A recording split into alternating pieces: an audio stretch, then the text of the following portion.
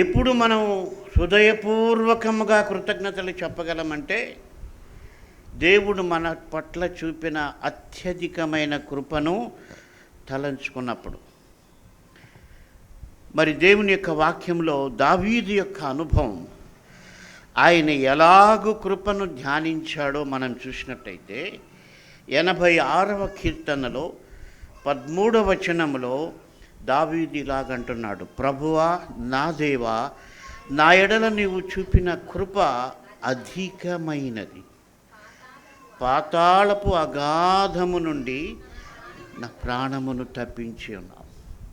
ఇక్కడ దావీదు తన జీవితాన్ని చూసుకున్నప్పుడు ఆయనకు అర్థమైంది ఏంటంటే, ఆయన కృప లేకపోతే ఆయన ఎక్కడికి వెళ్ళి ఉండేవాడు?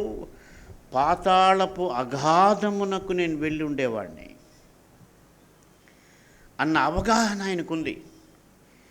అటు దేవుని కృప లేకపోతే మనమందరం కూడా పాతాళపు అగాధములోనికి వెళ్ళవలసినటువంటి వారం.